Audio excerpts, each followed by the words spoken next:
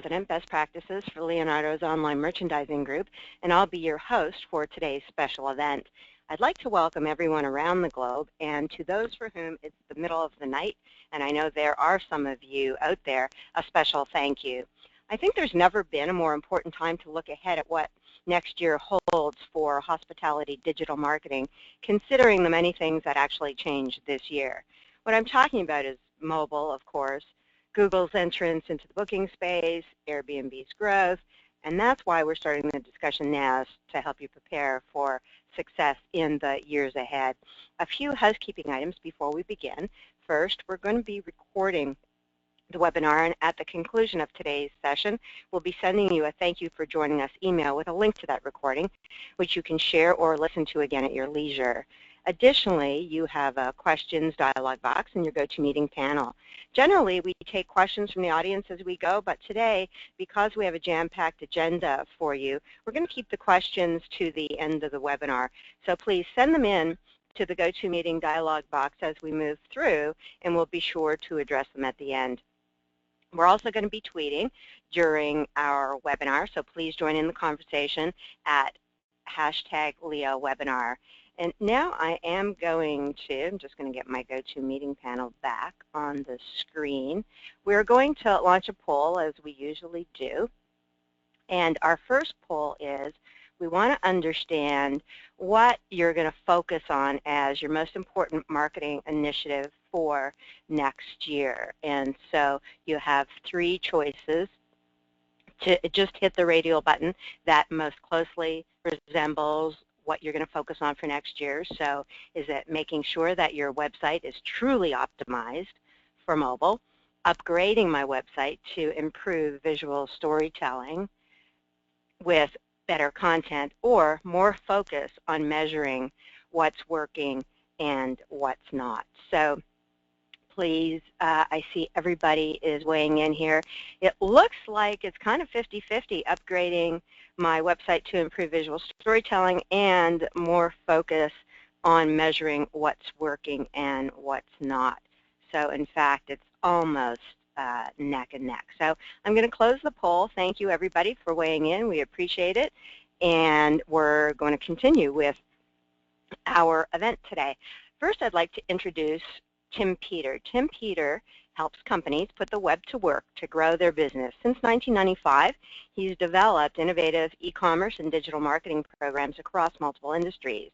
An expert in e-commerce and digital marketing strategy, Tim focuses on the growth of social, local, mobile web, and its impact on both consumer behavior and business results.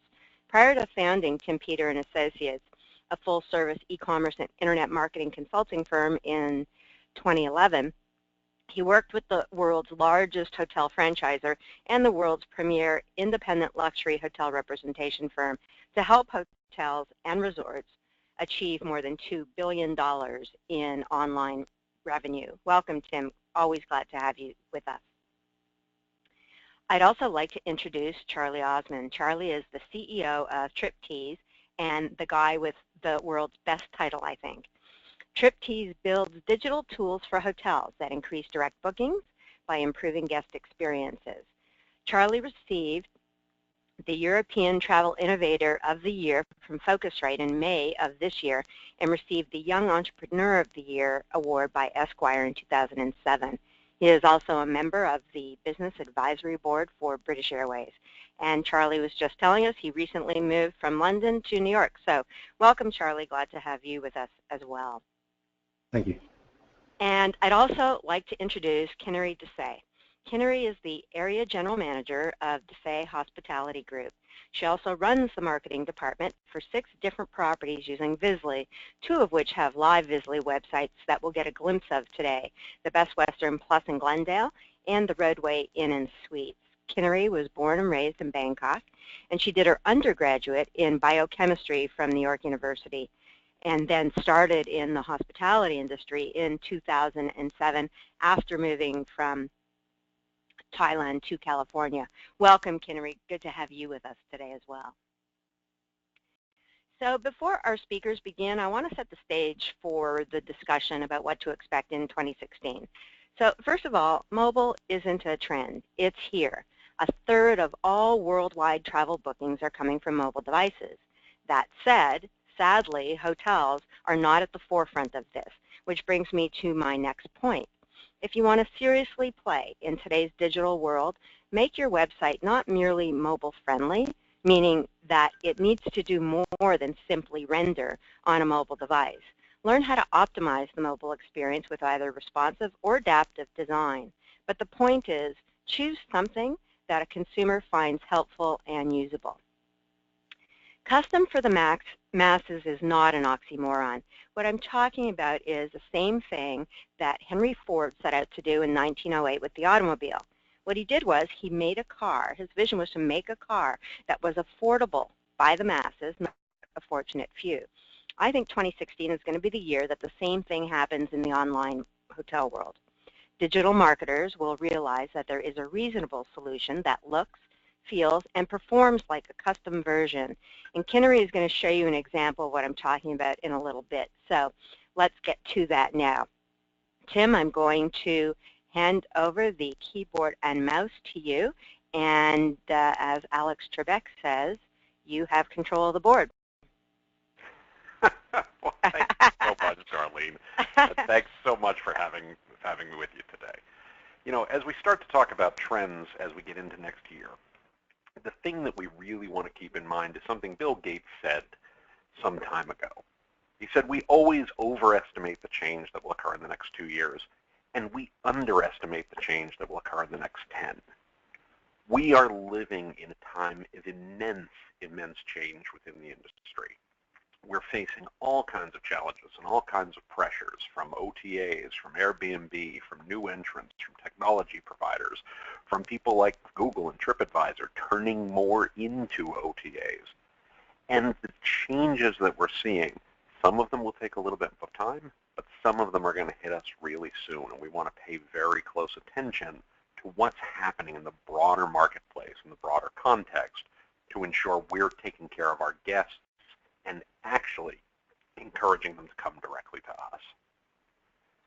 The other thing that we want to think about is no matter who you talk to, whether it's PKF, whether it's STR, whether it's PwC, or the rest of the alphabet soup that's out there, everybody's predicting that RevPAR growth in 2016 should be really strong. We're going to see growth somewhere between 5 and 8% next year in terms of RevPAR.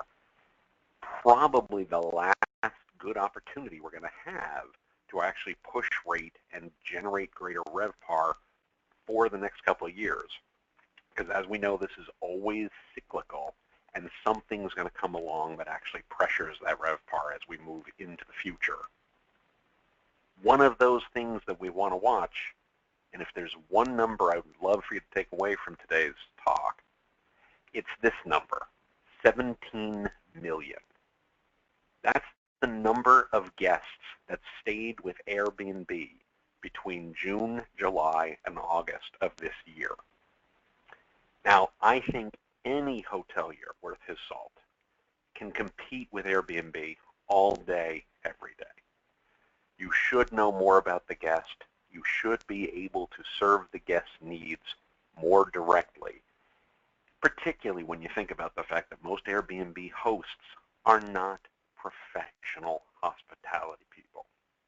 So this should really be a place that you can actually create a greater experience for your guest and help them enjoy their stay more fully and choose you time and again.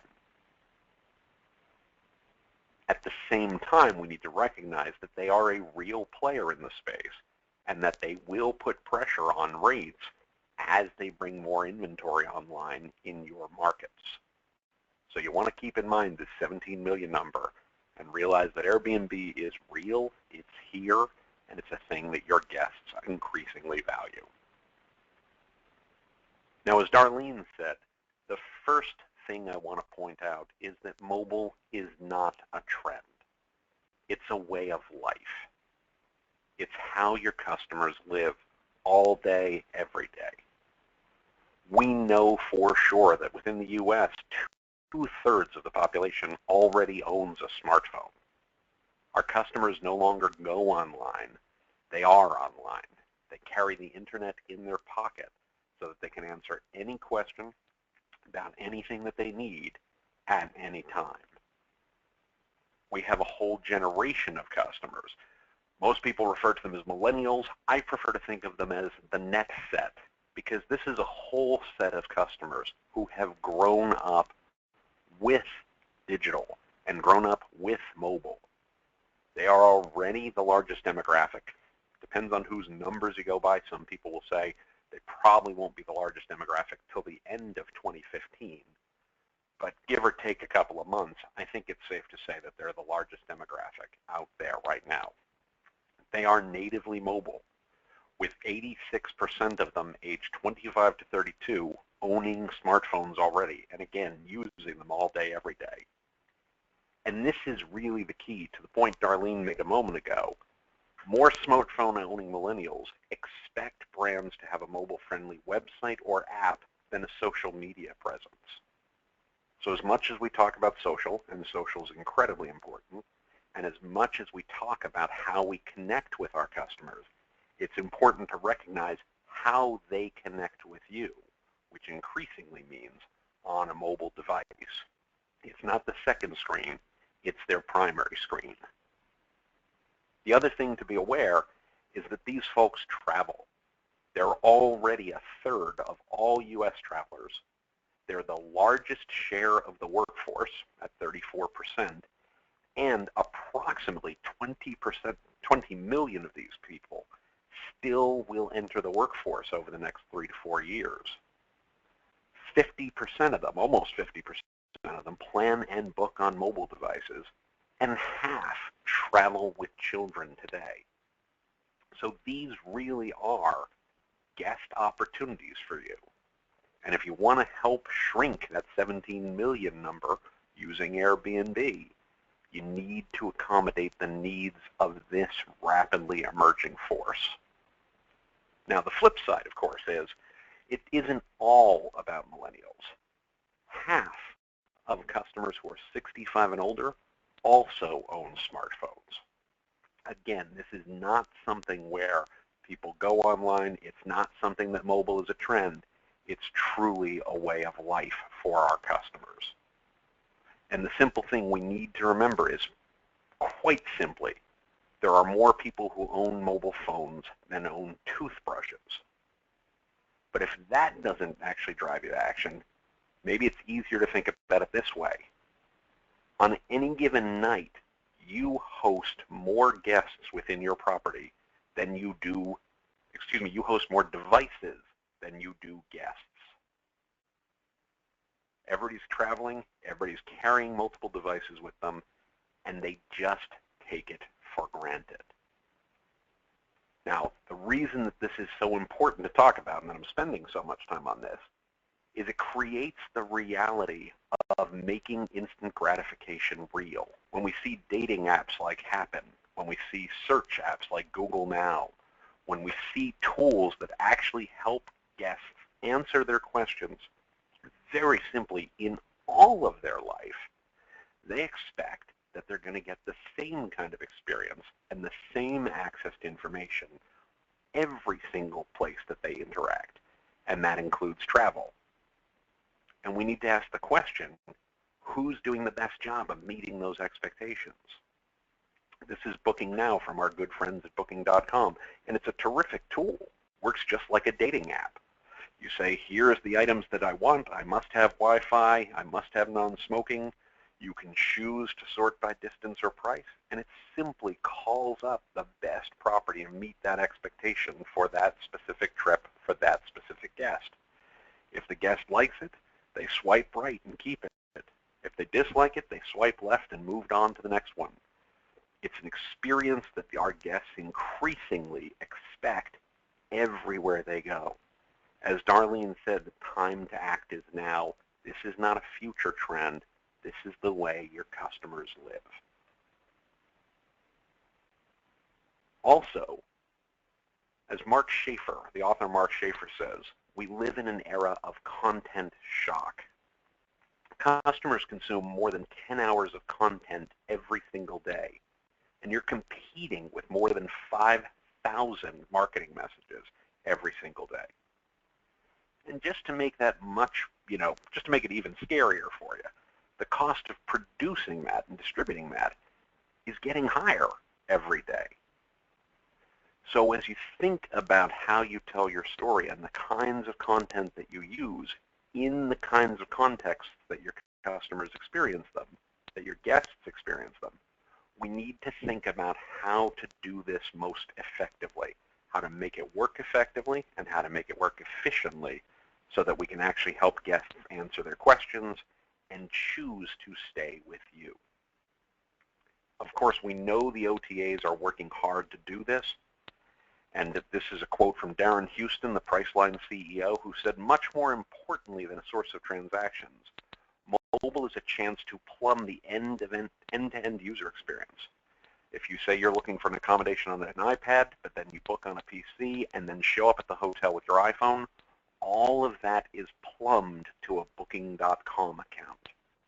They're using mobile as the glue to connect the guest experience at every step in the process. That's something that you're going to have to compete against effectively. And the way that you do that is very simple. First, you must remember that content is, was, and always shall be king. Your guests really only have two questions. They want to know, will I be satisfied with my stay?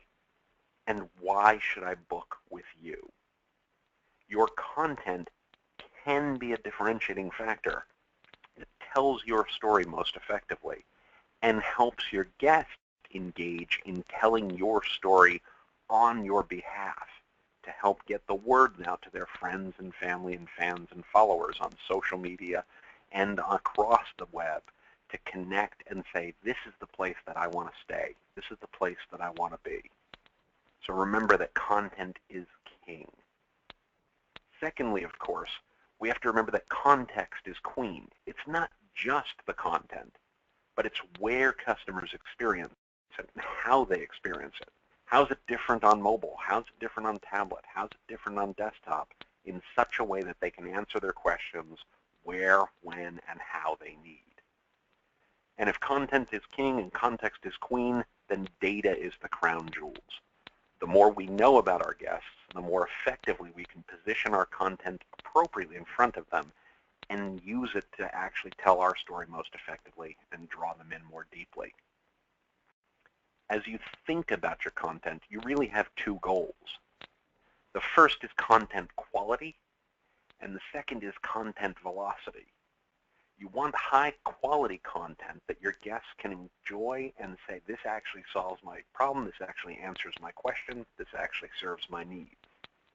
And in terms of content velocity, you want to make it easy for them to actually share that content with the people that they engage with regularly. And the way you do that is to focus on making it snackable, shareable, and sharp. By snackable, we mean that content that people can digest easily, that they can see and understand quickly. Shareable, we mean that it's actually very simple for them to share with their friends and fans and family. And sharp, of course, means that it's got to be very focused on answering guests' key questions. Perhaps nothing's more effective at that than the right kind of images. This is a quote from Robert Cole, actually from Leonardo's book last year on how the trends you needed to watch, and this stays true. Robert Cole, a well-respected industry consultant, said, sight, sounds, and motion get attention and inspires. A product manager for a prominent OTA told me that despite all the conversion testing they run, the one universal truth is pretty pictures sell hotels. If you make those pretty pictures tell your story most effectively and engage an emotional response from your guests, it is more likely that they will both understand your product and share that with their family and friends. Since we live in a mobile-only world, we also need to learn from the leaders. Who's doing it well? When you look at things like Apple Pay or Uber that create seamless experiences. I mean, Uber's one of the greatest experiences you can have these days on mobile. You tap a button, a car picks you up, you get in the car, you get out of the car, and walk away. No pulling out your credit card, no paying, no typing in anything in a form. It's a seamless, frictionless experience that makes it really easy to actually accomplish what your goals are. That's what we should be aiming for with our experiences for guests. Look for leveraging additional tools like Book Now buttons on things like Facebook that, again, make it easy for guests to accomplish what they want to accomplish when they're on the channels that they're on and when they're in the context that they're enjoying. Further, we want to think about, as we have our guests in our properties, how do we put them to work for us more effectively? If you think about a 100-room hotel running at 60% occupancy with 1.4 guests per room, that gives you 31,000 annual storytellers who can actually extend your reach and tell their friends and family and fans and followers all about the great experience that they've had. As Adele Gutman, Vice President of Sales and Marketing at Library Hotel Collection, has said, you want to treat each guest like a VIP travel writer because they are. And when you do that effectively, it's amazing what happens.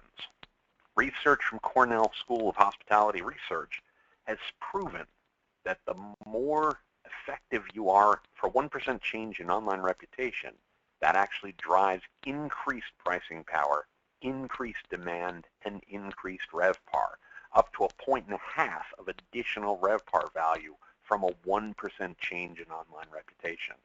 If your guests have a better experience, you can actually charge more and make more money. Not only does research prove this, but the real world says it too. We've seen real-world cases where we've achieved top positions for TripAdvisor and Yelp and social channels, occupancy index typically running at least in the fair share range of 95 to 105, ADR ranging 107 to 180 index, and RevPAR at 109 to 169, with all growth above the comp set and either reducing or holding OTA share below 10%, all by focusing on how you can get guests to tell your story most effectively. So the key takeaways to recall is you want to invest in content quality and content velocity. Make it stackable, make it shareable, make it sharp. You want to grow your reach beyond Google and beyond the meta search and beyond the OTAs. You want to use the data to learn about what's working and grow overall, and focus on your guest experience to drive rate and drive return on investment. Great, thanks, Tim. Amazing as always. Your insights are right on and practical. I think for the audience, I said I was going to hold questions to the end, but I had one that came in from Jennifer, and I'd like to tee it up to you now, Tim. When you were talking about Robert Cole's quote about how the OTA person said, even after all the testing, it's all about the images, and you made a comment about how pretty pictures sell. So this comes in, it sounds like it may be from someone at a limited service property, and their comment is, yeah, easy to show beautiful pictures, if you're a big brand and a five-star hotel. What about for limited service hotels? How do you sort of position that? Absolutely. It's a great question and something that limited service properties have to deal with. The simple fact is, when you're limited service, most guests, this is just the reality of limited service. Most guests aren't coming to stay at your hotel. They're coming because of something else in the marketplace. Something else drew them there. That's what you want to have the pretty pictures of. Show what your proximity are to the key landmarks in your town or your area. Show pretty pictures of the key events that are occurring and how close you are to them, how easy it is for people to walk from place to place, or get an Uber from place to place, or get a taxi from place to place, or get your shuttle from place to place. So sell the destination, and of course have good quality pictures of your space as well, so that they can see that, yeah, this will suit my needs when I'm attending for these other reasons that draw them to your town. But it always comes back to selling the destination first. Yeah, no, I think that's a good point, and as you also pointed out in the beginning, people are looking for answers to two questions. Am I going to be satisfied, and why should I choose you? And so I think what you just described hits that right on. And at this point, thank you, Tim. I am going to give the keyboard and mouse to Charlie. And Charlie, over to you. Hello. Hey. So, as you just heard earlier, I recently moved to New York and from London. And last night I went to my first parents' evening at my daughter's new school. She's 7 years old, and the technology teacher showed us with great pride the programming the girls are doing of video games. And I remember thinking, oh, that's a fascinating trend, isn't it? All around the globe, there are young girls and boys being taught how to program at school. And then I realized, actually, 25 years ago when I was that age, or about then, maybe a little more, I was also programming video games at school. And the trend really is a little bit more hidden than I really thought. So, and it's different. So, and I mentioned this really in that when it comes to predicting trends, I feel it's worth starting from an understanding that, well, I guess I believe in that great quote, the future is already here, it's just unevenly distributed. It's very hard to say, here are the trends that are going to happen next year, given that there are already people doing it a lot. And I wanted to start there really with, oh, I seem to have gone backwards, with by putting some trends in perspective and thinking of the innovator adoption curve, because I think what are trends for innovators in the market are very different to what's perceived as being trends for people who are usually the early or say late majority. I think it's worth thinking for a little bit of time about where in the sort of innovator adoption curve you and your business sit and want to sit. There are some very well established traditional brands who have decided that they don't want to be the early adopters. They want to wait and see what works, let other people test it, let other people waste money on things that don't work, and then just come in later. And that's fine. That will work for some brands. And for others, being right at the heart of the trend, right at the cutting edge, being the innovator, is really where the value is. I mean, certainly if you think about Google AdWords, for example, if you were bidding for positions or against terms in 2000 and 2001 on Google AdWords, you got a lot more value out of that trend than you did 5 years later. So as I go through 6 quick trends that I wanted to pick out, I thought it might be useful to put them in that kind of perspective, so that we can see where they are. So the first one is simple segmentation. I purposely picked out the word segmentation just so that I could say it isn't personalization. That's because the trend I hear spoken about a lot is a shift to personalization, but for me, I feel that is a good 5-10 years out, and actually most of the value that people are going to get in the next 36 months is going to come from segmenting clients at a simple level. And 2 ways I think we'll see more of that happening next year are, using, for example, the data you have in your property management system, the email addresses in Facebook to find custom audiences, people like the guests you've had before, and advertising to them. And I think that, yeah, so that's one thing I definitely expect to see. Another one is, I don't want to spend too long on these, sorry, I know there will be questions later. Big brands as agents. I was knocked sideways this year when Accor announced their new digital strategy and that they were going to start selling other hotels on their website. So in a sense, rather than being beaten by the OTAs, let's join them. And it's a massive change. It's very gutsy and it's very impressive, and everyone will watch with great interest to see how it evolves. And equally, we're also seeing it with Starwood, whether that's introducing their tribute portfolio on their website or the work they're doing with Design Hotels, a company which they own a stake in. Seeing the brands and the brands using their own websites almost like they're an agent, I think is something we're going to see. And this is very early adopter, innovator. Probably a small number of hotels will try it in the next year, but it's going to be one to watch. Next, marketing automation. There's been massive growth in the last year in outside of hospitality in marketing automation services and usage of them.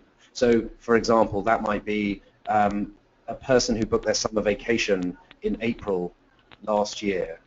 They surely probably should be getting an automated email in April this year saying, are you starting to think about your summer vacation again? Just those triggers, little triggers which may come from activities on a website, may come from their past behaviors that can drive useful automated communications. I think we will start to see a lot more of, but it's probably still an early adopter kind of trend in 2016.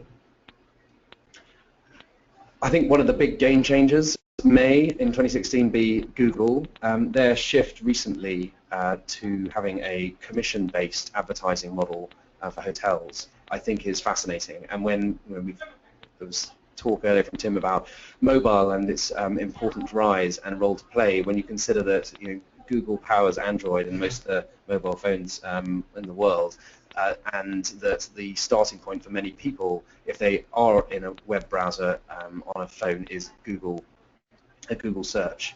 I think that the impact that they have the potential to have on the industry is huge, but it's not clear that they'll win. It's not clear how consumers will use it. It feels like probably it will be of great value to certain segments of the audience who want to immediately book, having just seen something in Google search. They know the hotel, they know that they're happy with it, they're confident, they just want to book from the search experience. But I think it's one to watch, and it'll be fascinating to see how that one evolves. The next trend comes to me courtesy of a British newspaper, the Daily Mail,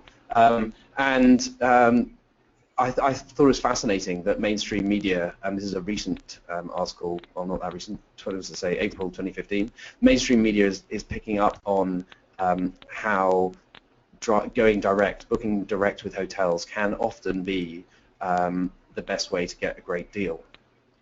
And I think that one of the things we've seen a lot of in 2015 has been hotels making a much greater song and dance of the differentiation and the benefits of booking direct rather than through an OTA. And I think we will see a lot more of that. So, this year we've seen large brands bring out, benefits that have been around for a couple of years, like free Wi-Fi for booking direct. But now there are logged-in members offers that give further encouragement for people to come direct. And I think we will see that happen even more. Probably the larger brands we'll start to see it moving down the stack to smaller groups and smaller independents.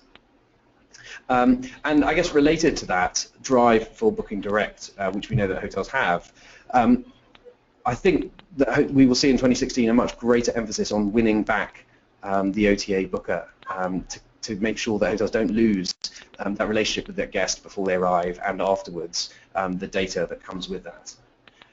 And I guess the good news for hotels wishing to win back the OTA booker is that we know that most of them do visit the hotel's website, even if they're going to book on, say, Expedia. And they come to the hotel website for the story, for the images, as we heard, for more information and a better sense of if this is the place for them.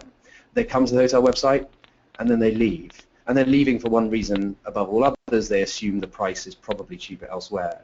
So I think what we'll start to see, the trend that we'll see, is much more of this real-time messaging that deals with, for example, here are the prices on OTAs versus direct, so a good reason to book direct. Abandonment messaging that we've seen a lot on other retailers, so serving up segmented communications to guests while they're on the site to increase conversions. I think we shall see a lot more of.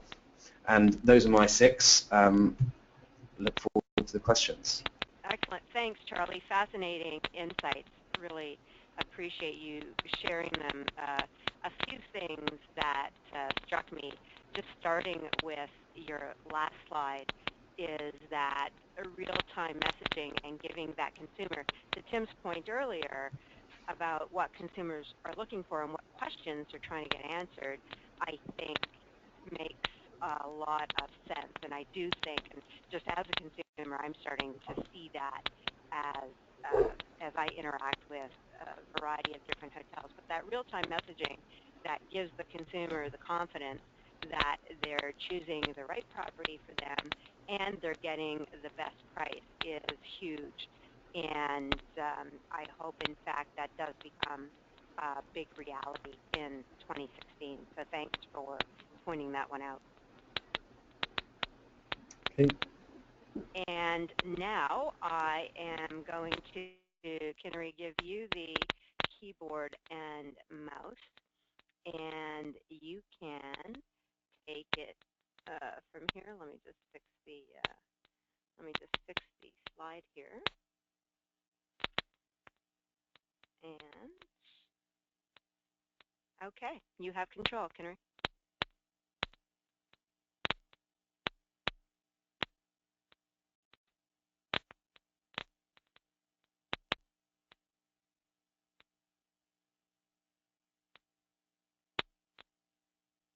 Kinnari?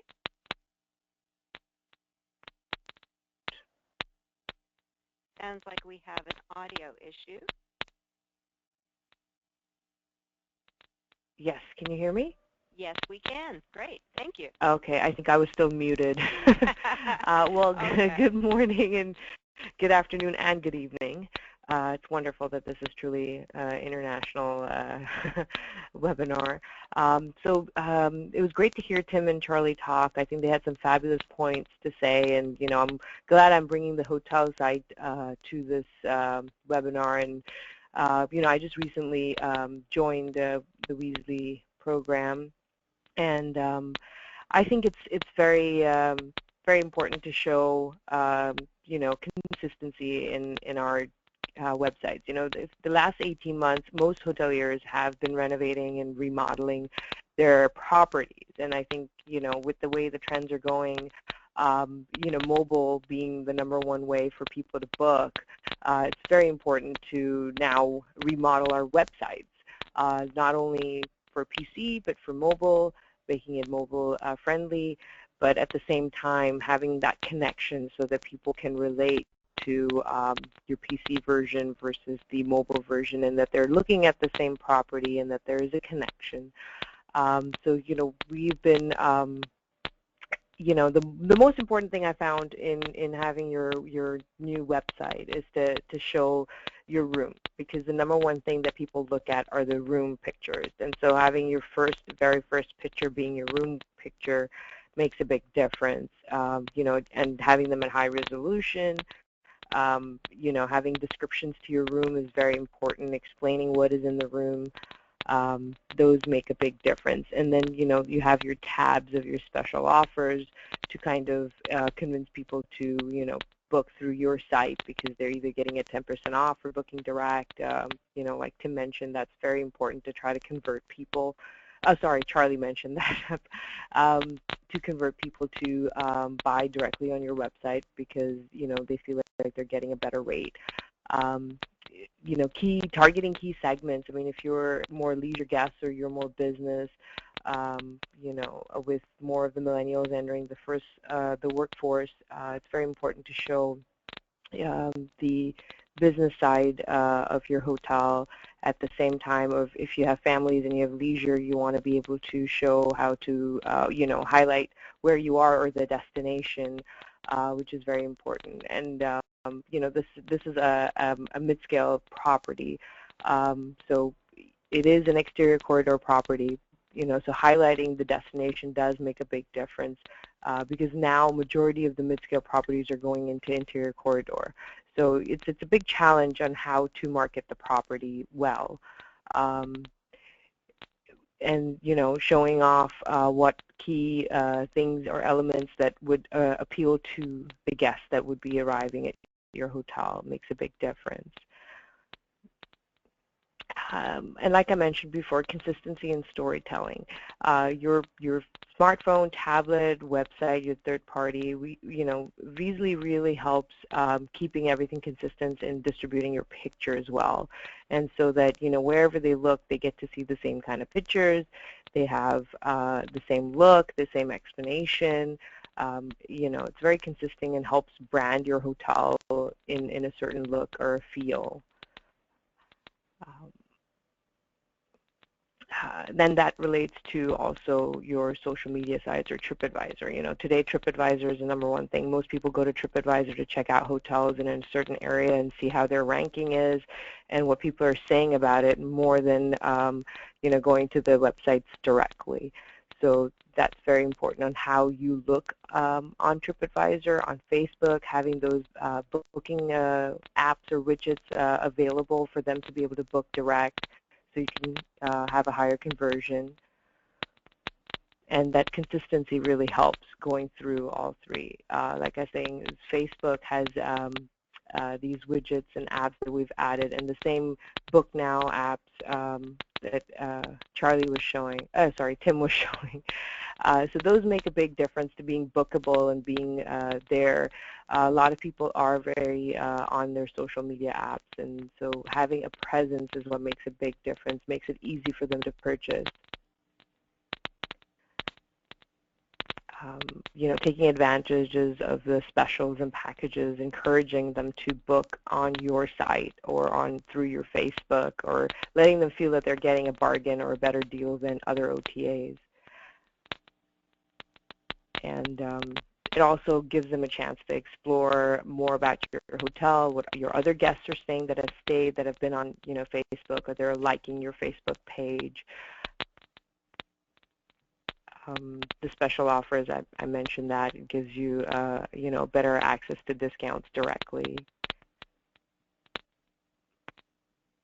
Oh, I think the most important thing that I really liked about Weasley was being able to create your own video clip, making you snackable in 50 seconds. I think that was really, really important. Takes all the pictures that you have and puts it into a story, explaining about your property, and it's not more than 30 to 50 seconds, and it really gives the guest a good visual about what to expect from the moment they walk into your hotel, and it gives them one of those 360 virtual tours in a sort of a way.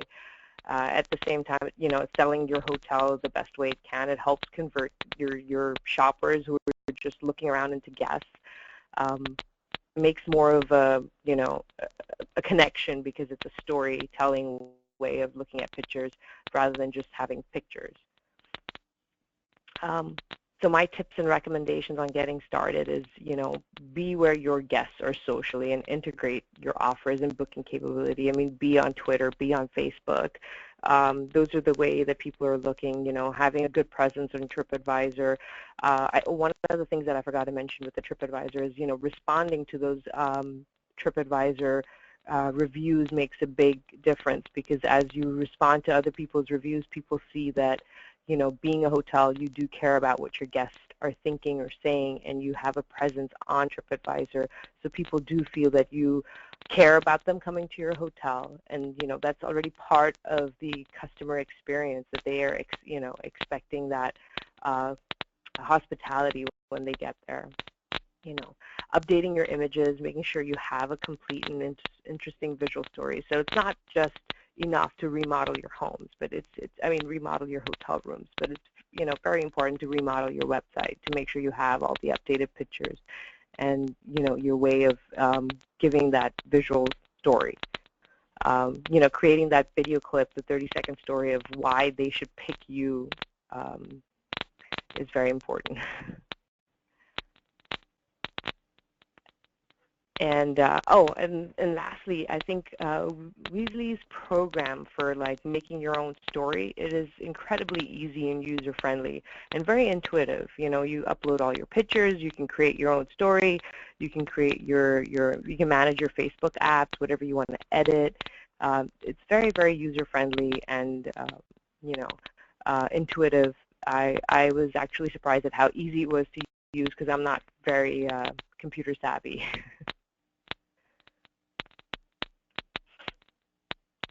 I don't know if I skipped well. No, I think this is your last Yep, slide. okay, I wasn't sure if I skipped. Okay, great. Okay, so here's what what's coming, as RevPAR and ADR is on the rise. It's time to rev up your digital storytelling. It's very important to kind of catch up with the rest and be part of the bell curve that Charlie was showing, that you want to remodel your website, you want to adapt your story, you want to maximize the investment. This is the time. You have the next 18 months are very crucial for you to be able to gain as much RevPAR and ADR to make it, because it's cyclical, like Tim said, and I think we have about 18 months before it starts, going down again. Darlene, I think back to you. Yes. Thanks, Kinnari. Tons of questions have been coming in, and I think your last point about your focus specifically on RevPAR and ADR is good counsel. Tim at the beginning pointed out the stats regarding the increase on both ends, and I remember, it was last year or the year before, I wrote a blog on the fact that if you want to raise rates, tell a better story, because you want to convince people that even if it's a couple extra bucks a night, you need to convince people that it's worth it to them to stay with you and pay a couple more dollars because they're going to have a better experience. So, Kinnari, right on. And then I think the other thing, Kinnari, that you pointed out that just resonates with me is that adapting your story is very important. And can you talk a little bit about, do you tell the same story to leisure travelers than you tell to business travelers? No.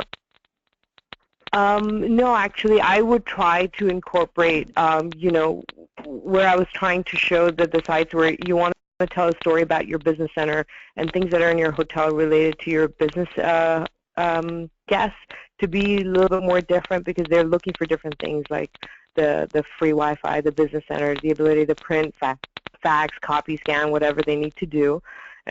Versus your leisure travelers are usually there for sightseeing. They're there for, they want a pool. You want to make sure that, you can relate to them if they're there with the kids. You want to highlight your breakfast points of having, fabulous make-your-own waffles and pancakes bar.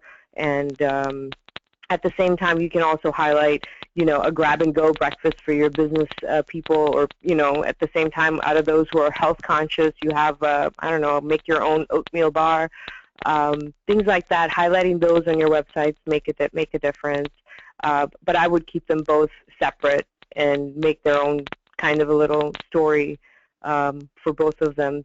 So it relates to them separately. Not always a business traveler is also leisure. They can be both, but I would still highlight both points, both key segments separately. Excellent. Thanks, Kinnari. We're going to do one more poll and then get to the questions, because there's been a ton of them that have been coming through. So I'm going to share our last poll, and it helps us understand what you guys thought of the content and if it was valuable. So we asked the question, based on today's content, will you attend future webinars? So if you could please weigh in, that would help us tremendously to continue to provide educational information and materials that are valuable and helps us shape what we're going to do in the future or what we're not going to do in the future. So thank you, everybody, for weighing in. It looks like the majority of you are good with what you heard today, and so thank you for answering that poll for us. And just a brief note, in my introduction today, I talked about how Henry Ford democratized the car, building one for the multitude so that every person who wanted one could afford one. That was the objective when we launched our digital marketing platform we call Visly, which makes it possible for virtually every accommodation provider on the planet to have an affordable website that not only looks and feels like a custom product, but importantly impacts conversions in a very meaningful way. The Best Western Plus in Glendale is a client that Kinnari just shared, and they really take advantage of visual storytelling and take it to the next level.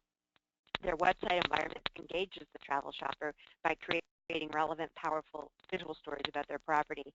Kinnari also talked about the Roadway Inn, and I think Kinnari will tell you that it's actually no extra work to build or maintain multiple versions of the website for desktop or mobile and in real time. So her experience is that when they want to make changes, they don't have to wait or pay a webmaster to do that for them. So it really is an opportunity to set yourself apart from the competition so that the travel shopper chooses you with the certainty that it's the right choice for them. And we have, as I said, a ton of great questions, and so I think this is a very interesting one. Tiffany wants to know, and I'll ask this of you first, Tim, is the user experience a trend in 2016? I think what she means by that is the way the consumers are using your website that causes them to book or not book. Any insights on that about the experience for the consumer on a hotel website, Tim? Absolutely. So consumer experience is always a trend. You know, depending on how you want to look at it, it's either constantly a trend or it's never a trend, because it's just the reality of improving customer experience matters a ton in terms of driving conversion, in terms of driving people having a great experience. If you operate a hotel, people come there because they're expecting to be well taken care of. Well, your website, your mobile site, your voice experience, all of those also are part of how people will perceive your hotel and the kind of experience that they receive. So it's really important to continually focus on how do you make it a better experience, how do you answer those two questions that we talked about before, how do you make it easy for guests to find the information they need about their particular stay. I love Kinnari's idea about clustering your content. You know, you definitely need to say, here's the things if you're a leisure traveler, here's the things if you're a business traveler, to make it easy for guests to self-segment and understand, yes, this is the right kind of property for me, and then make it very easy for guests to go ahead and book and stay with you. You know, if you look at, again, I pointed out Uber a moment ago, but if you look at mobile booking and why mobile booking is so poor today, it's because the guest experience when it comes time to book, to use a technical term, sucks. Right? You know, you're holding a mobile phone in one hand. You have to fish out your credit card with another hand. If you're actually in a mobile context where you're heading through an airport, somehow you're dragging a roller bag with your third hand and probably trying to keep an eye on your kids or hand on your kids with another hand, right? You just run out of hands. It's not a simple experience, and as a result, people don't book on mobile as much as they do on other channels. Yeah. The more you can do to streamline that experience, the more you're going to drive bookings. Right on, Jim. Charlie, here's a question. It comes from Yvonne. Yvonne, by the way, joined us. Yvonne is a very successful B&B owner, innkeeper in the fabulous land in the south of France. And Yvonne, her comment is she's been using marketing automation for relationship management in her B&B business for a long time, and she's wondering why hotels don't jump or haven't jumped on that bandwagon as much as some other types of accommodation providers. Any insight, Charlie? I'm delighted to hear, Yvonne, that you've been using marketing automation for a while, because I think that's actually one of the more cutting edge of the trends that I mentioned. It's suddenly risen in prominence in retail in the last, really only the last 6 months.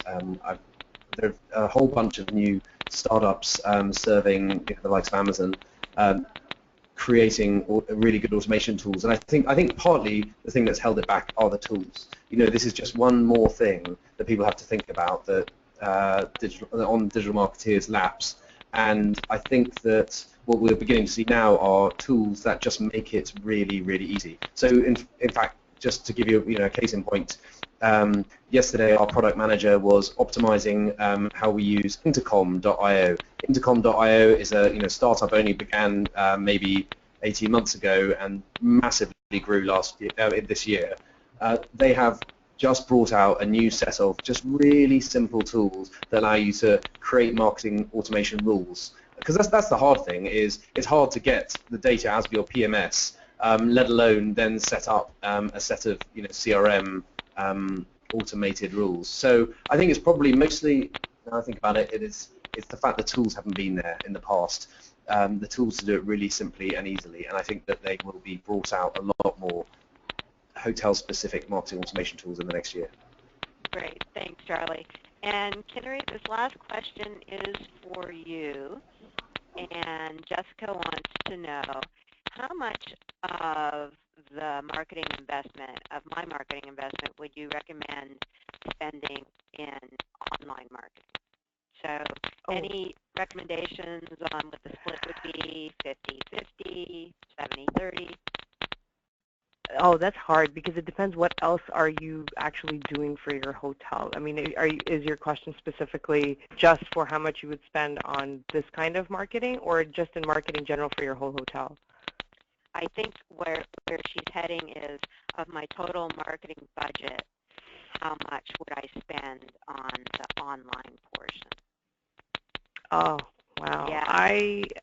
Tim, Charlie, any thoughts? You know, it's a very hard question. I think it has to do with where your hotel is located. That makes a big difference, what your market is. For me, majority of my guests are online, like about, I want to say I have a 30-70 split, 70% all reservation, 30% maybe walk-in. I probably would do a lot more internet and digital marketing for that particular hotel. On the other hand, I have another independent hotel where I have 60% walk-ins. So there I would spend a lot less. Right. I mean, it really depends what market and what kind of guests you're getting at your hotel. No, that's a good point, Kinnari, because, where are your guests coming from? What does it look like currently? And that information helps you determine what you need to do more of or where you need to focus more or less. So, yeah, thanks, Kinnari. Appreciate that. Well, thanks, everybody. It's our time is up for today, and usually our webinars are on Thursday, and I always end with, since Thursday is the new Friday, enjoy your weekend now. But this is Friday, so shut down your computers and have a great weekend. Thank you, Tim Peter, as always. Great guidance and insights from an industry expert. We always appreciate your participation. Charlie Osmond, congratulations on your move to New York. Hope you settle in.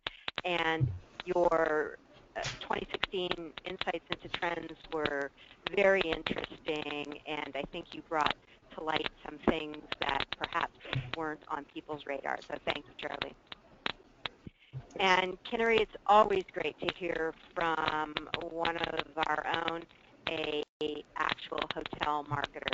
And what you shared with us, we really appreciated it, the detail and the effort you took to explain what it is you're doing and why it is you're doing it. So thanks, Kinnari. We appreciate your participation as well. So see you, everyone. The next webinar is going to be in November, so have look out in your email box for promotions from us, and we will talk to you guys then. Thanks, everybody. Bye-bye. Bye-bye. Thank you.